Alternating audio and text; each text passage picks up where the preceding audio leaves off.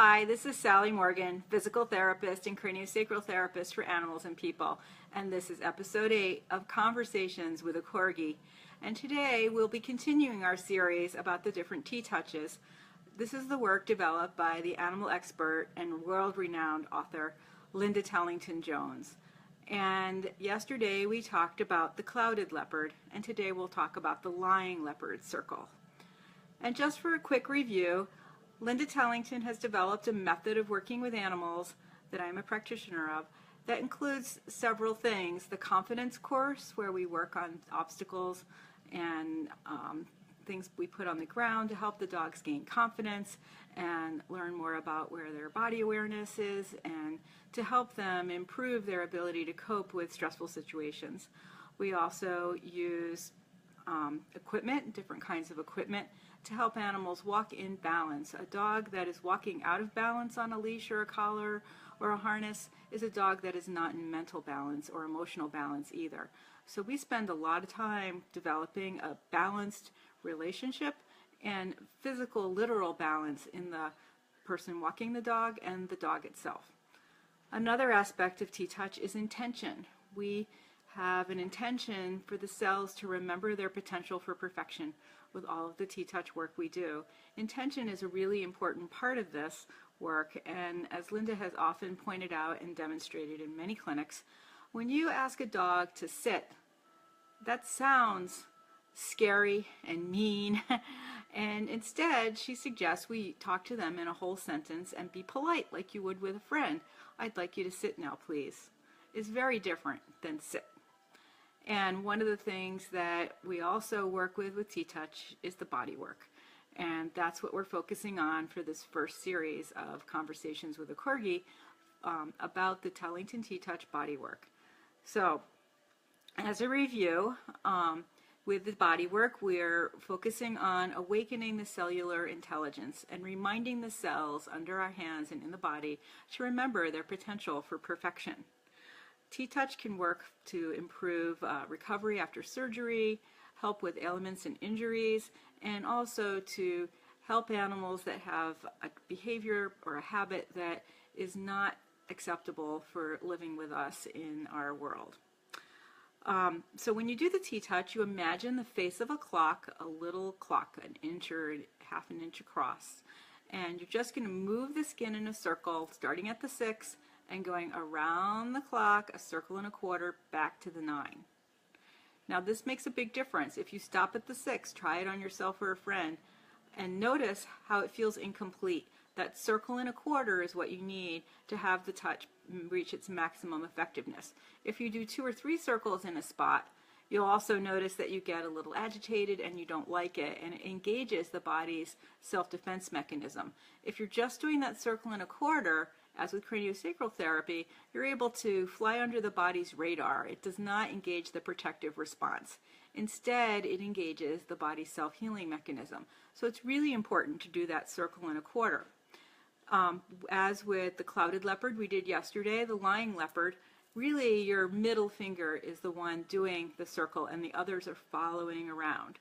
Again, it's important to maintain that distance between the thumb and the first finger at about 3 inches to keep the connection through the hand.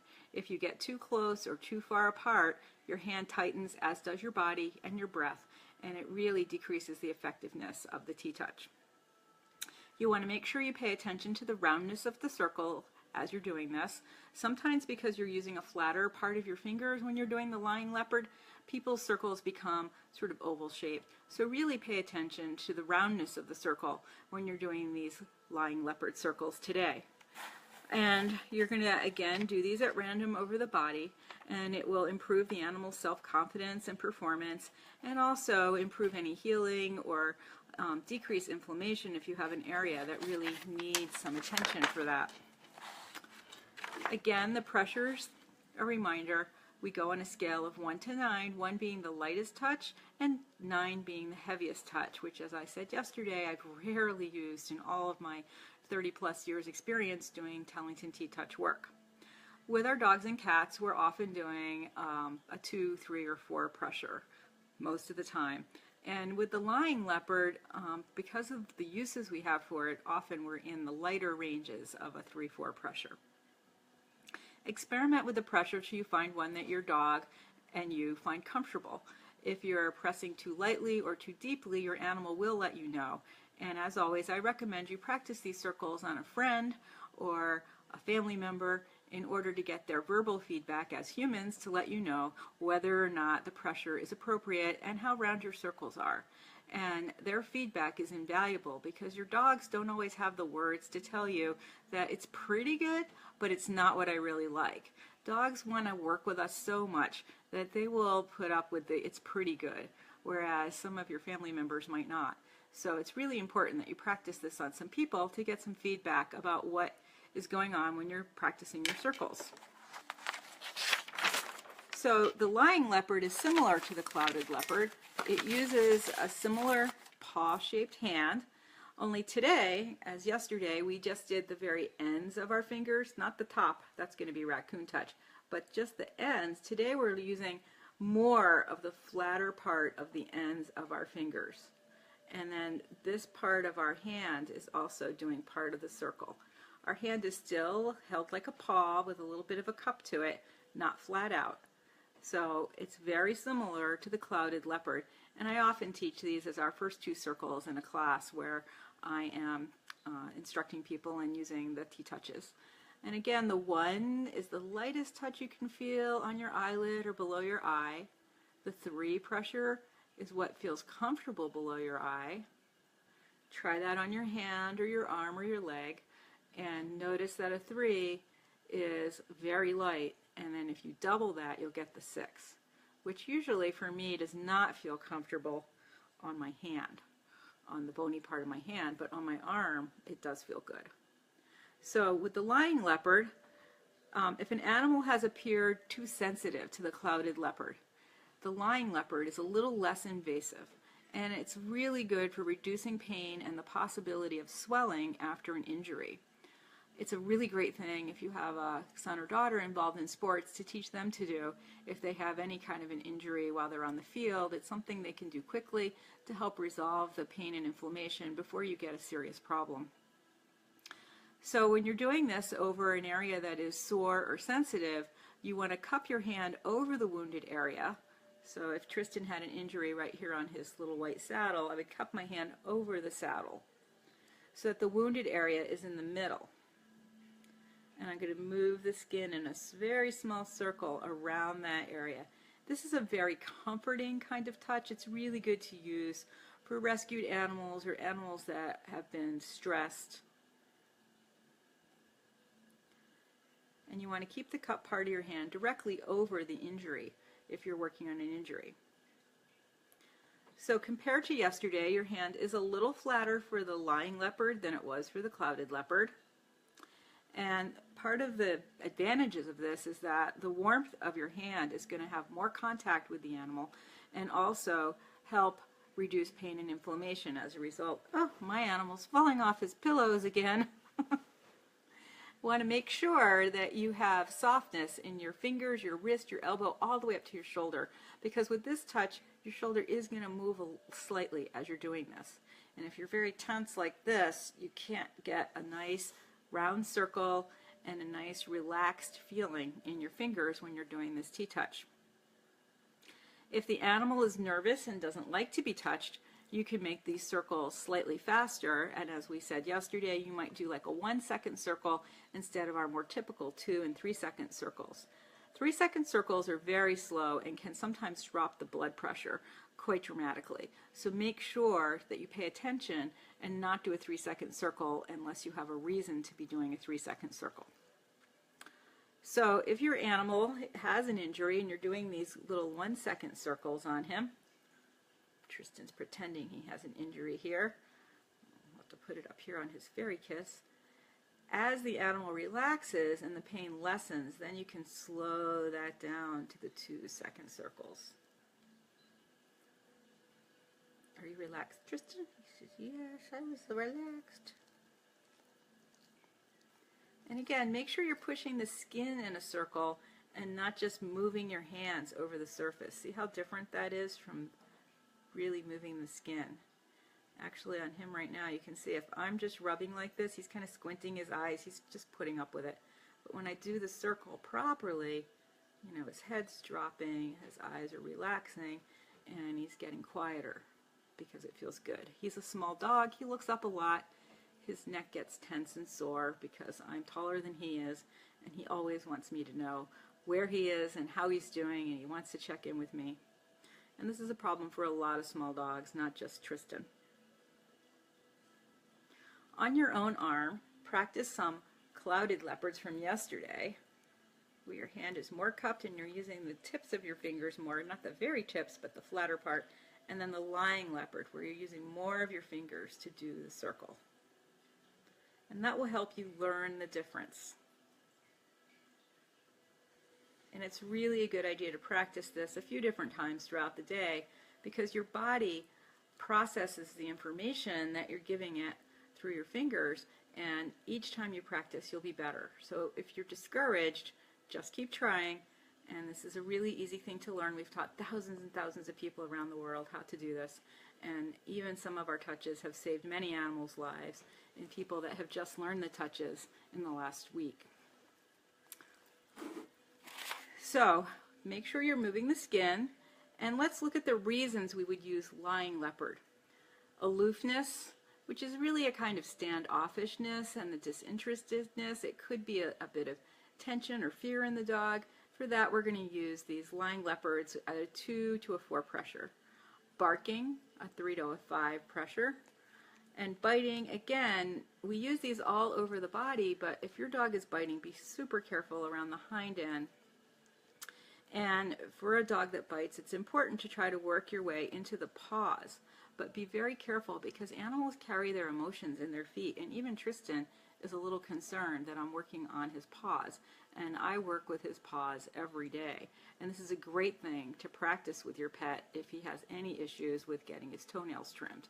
And it's important to keep your dog's toenails trimmed, so doing these TTouches, particularly more the clouded leopard, is a great way to help your dog be prepared for toenail trimming.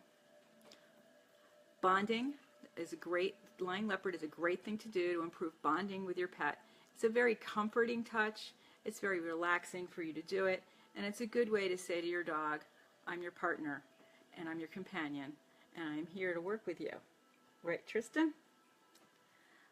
It's at a 1 to a 3 pressure, it's a really good thing to do for bruising and swelling. So if you have a dog that's just come home from surgery or got injured on a long walk, perhaps hurt their shoulder or their legs. Oh, he's really falling off of his pillows. This is a great thing to do for bruising and swelling at a 1 to 3 pressure, and also for injuries. If your animal is nervous, you might use the lying leopard with a 2 to a 4 pressure. Same 2 to 4 pressure if your animal is nervous or stressed, or to create relaxation in your pet, use the 2 to 4 pressure. And over wounds, we're going to be a little lighter, or around wounds, we're going to be using a 1 to a 3 pressure. And if you have a dog like I do with a really thick coat, you have to press through the fur a little bit to get to where their skin is to do these lying leopard circles. Tristan has fallen completely off his pillows with his hind end. He's sitting up, but he's very relaxed. He might just melt over his pillows with these lying leopards.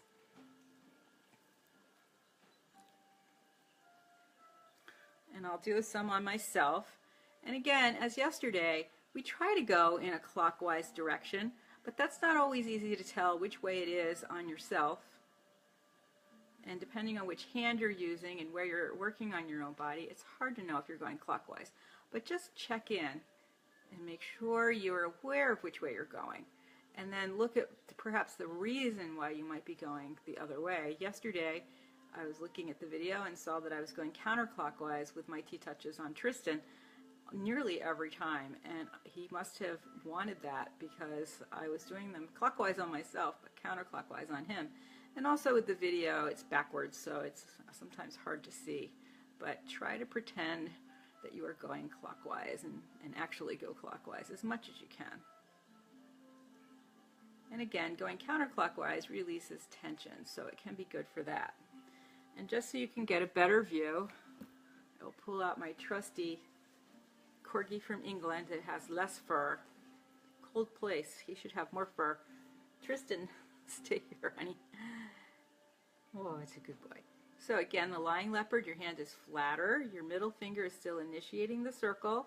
And you're going around the circle from the 6, around the clock, and back to the 9.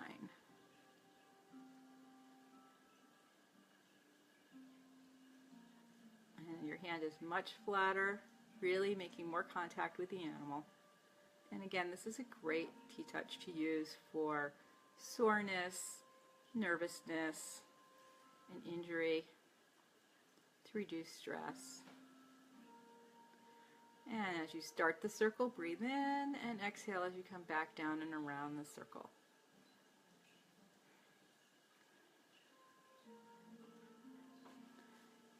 Even my stuffed Corgi is feeling relaxation from that. So I invite you to try these 2 TTouches, Clouded Leopard and Lying Leopard, on your friends, your family members, and your pets, and practice them a little bit, because as we add more touches, it might get more confusing. A lot of them are related to each other, and so initially they build on your experience with one, builds on your experience with another, and hopefully by the end of this series you will be able to do several TTouches with some skill on your pets to enhance their wellness and their health, and bring awareness to their behaviors that you might not like, and to enhance your relationship with your pet.